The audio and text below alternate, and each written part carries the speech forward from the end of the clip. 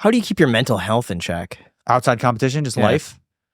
Zoloft. I am on Zoloft. Yeah.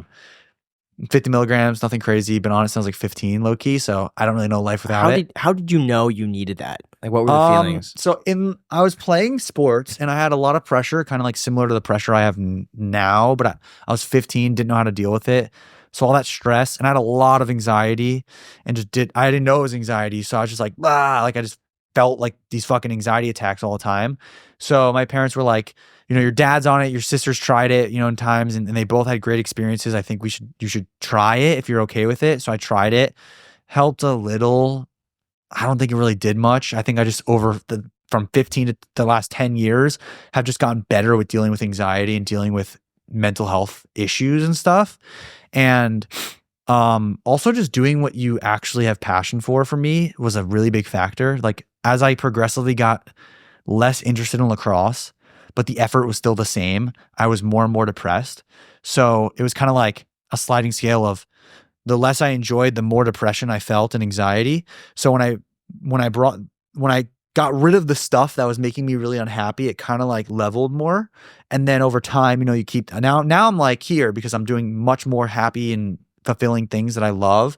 So the mental health issues that I used to have, I don't have as much. I'd say I get anxiety from having too much caffeine. So like if I have too much caffeine in a day, I'm like, fuck man, I feel like shit. And I mean, we all do that. Like but it's like the number one anxiety ticker for me. But yet I'm addicted to caffeine. So it's kind of a fucking double-edged sword. And then the only reason I'll ever feel like kind of really down or have a lot of anxiety is maybe the pressure of keeping up with YouTube and trying to outdo the previous thing that I've done. So like that'll get to me to a degree. So I think how I mitigate that is one, having a great partner. Claudia's like my ride or die. She sticks by me and just being around her sort of lowers my anxiety. She's literally like an antidepressant. And then, because I'm very like go, go, go, and she's very calm. So it's great balance. And then I would say like things like the ice bath, making sure I work out. If I don't work out, I'll feel crazy, and then I work out at like 5 p.m. and I'm like, dude, I should just fucking lift it at 9. It would have felt way better. And then I think just like trying to make sure I'm doing things that I thoroughly enjoy. And those things keep me in check. But there's always, there's always like a little, anxiety or maybe depressive slight feelings. But I feel like I know what causes them now, and I avoid them to kind of deal with it. Why do you continue to take it if you feel like you've now rebalanced? I'm just afraid that like if I come off, I'm gonna almost like say that scale is like happiness is here, depression's here. If I come off, is that depression and anxiety gonna raise? And then that fucks with everything. I feel like I'm in just such a good place, and I love my life. Career's going great. Don't fuck with what's good.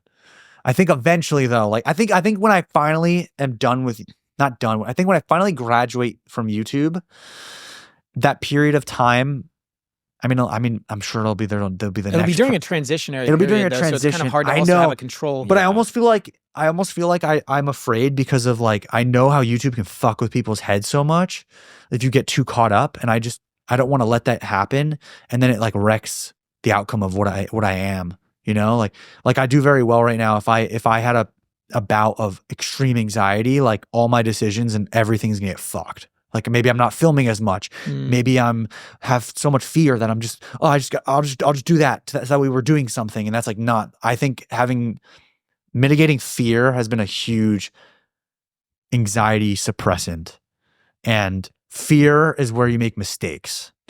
It's so interesting because usually when I talk to people that are on pills such as that, like it's not that they're like happier, but they're just like not as sad because they're like a little bit more numb. So it's interesting. I'm definitely not on enough to feel numb. That you're still a very high vibration person. Obviously, people can hate for me asking these questions, but I'm curious.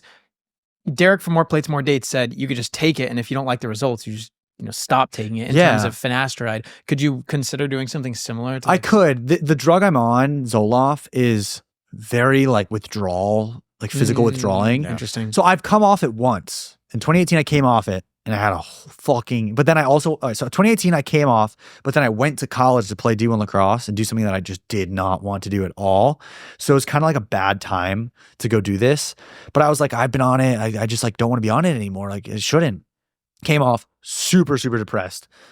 I wasn't like, against life at the moment, but I definitely could see in the future, this could go dark, this could get way worse than it is. And thankfully I was self-aware enough of I'm in a very dark place, and darker is probably really, really bad.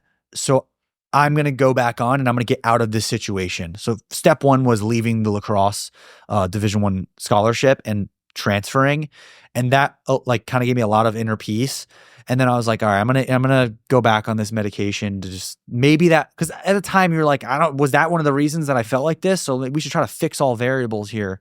So I went back on, been on ever since. So I think I sort of have maybe a trauma to that of, if I come off, I'm gonna go dark again. So I think I'm intelligent enough and self-aware enough to know that I'm not in the same place. Seems like you're really thoughtful about it. Like you think about it a lot. You introspect quite a bit. Yeah. It's pretty obvious. So that's definitely. I'm definitely a thinker. Yeah. In terms of the high vibrations, the high motivation, high energy, a lot of people, they wake up, they don't feel super motivated or energized. Do you have any advice for them? Maybe they have these goals, and then they have these actions, and there's a lot of dissonance between what they want life to be like for themselves and what life is actually like. My mom always said, a person in motion stays in motion. It's like an object in motion stays in an object in motion stays in motion. It's like Sir Newton's fucking law. I think it's so valuable to think that way, because if you are continuously doing something, you're going to stay in that motion, those habits. So I think the biggest thing is taking action to get in motion. Like, people will wake up and lay in bed for hours. And I was talking to my fiance about this, and we're like, we never do that. Like, ever. We get up. Your alarm goes off. You wake up, get up. Like, and if that can become your habit, like it'll be a wave into your whole day. It'll push into your whole day. And I think staying in motion is really important, where I'm always doing something. Like, I'm uncomfortable if I'm not. And I think that has kept my life moving in a happier, better direction. And if you don't have motivation, it's like, just step one, get up, because I feel like so many people might be watching this in the morning right now, laying in bed, like, oh man, like, keep watching. But yeah. And then get up. Yeah. Do you have any? But you got to get up and get moving. And whether that's literally just getting out of bed as soon as you wake up, or going on a walk in the morning, like, those little things will add up. And it sounds so stupid, and it's like, I don't need to walk to get my day going. I'm like, bro, do it. Do you have any other habits that you do, like on a daily basis, that have really improved your life? You've already mentioned ice bathing. You mentioned the alarm goes off, you get up immediately. Yeah. Any other small things that you do? Do you wait a while to drink caffeine? Because I've also heard that. I've heard that. I don't really participate. Grounding. Okay, so I'll give you a few random things I do. There's no particular time or order. When I do an ice bath, I then get out, and most of the time I do this, I'll go stand on grass, and I literally open my arms and close my eyes, and it's like my manifestation moment, and I just visualize everything I want. So, and I visualize it with the people I love, as if it's happening. I'm not just picturing a plane, like a jet. No, I'm on the jet. I'm with my fiance. Our future child's there. My parents are there. I really try to in my head, it's real. So I think visualization is really important, whether it's after the ice bath, standing on grass, or it's just waking up, taking 2 minutes to yourself and visualizing, this is what today looks like. I'm going to do this. Boom, go do it. I'm a big component of my life is music. Not an artist. I don't play instruments, but I think it's almost like setting a vibration, basically, where I have favorite songs, and every time I'm going to film, those are on, they're blasting. All right, what are those songs? You probably don't even know them, but so it's anything by Falling in Reverse. I'm a sucker for. I fucking love that band. Okay. So their new album is Popular Monster. I'll listen to basically from the top down. Their song Prequel is crazy. It's orchestral. I'll listen to Creed Higher. Can you take me higher? That song, I'm bumping. So I think you can almost set your mood with music, whether it's driving to work. It's almost like you just have to force yourself to listen to it. It's like forcing yourself to to get in the ice bath. Yeah, it's uncomfortable. Okay, maybe you don't want to listen to anything, but get yourself feeling a vibe. I think vibe is so important, and that gets me pumped. And those are kind of a few things that I just do, not every day, but at least every week.